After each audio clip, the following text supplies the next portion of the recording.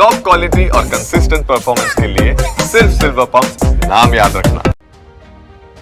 નમસ્કાર, સમાચારો સાથે હું છું જયેશ। તો પ્રથમ રાજ્યની વરસાદી પરિસ્થિતિની વાત કરીશું કે જ્યાં છેલ્લા 24 કલાકમાં રાજ્યના 130 તાલુકાઓની અંદર વરસાદ વરસ્યો હોવાના અહેવાલ મળી રહ્યા છે। આપણે જણાવીએ કે અહીં મધ્ય ગુજરાત, દક્ષિણ ગુજરાત અને સૌરાષ્ટ્રમાં કેટલાક જિલ્લાઓની અંદર વરસાદ વરસ્યો છે।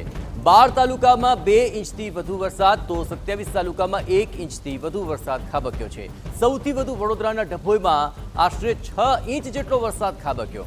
છોટાઉદેપુરના સંખેડામાં આશરે 5 ઇંચ વરસાદ વરસ્યો હોવાના અહેવાલ છે। આ તરફ સુરતના ઉમરપાડામાં 3.4 ઇંચ વરસાદ વરસ્યો।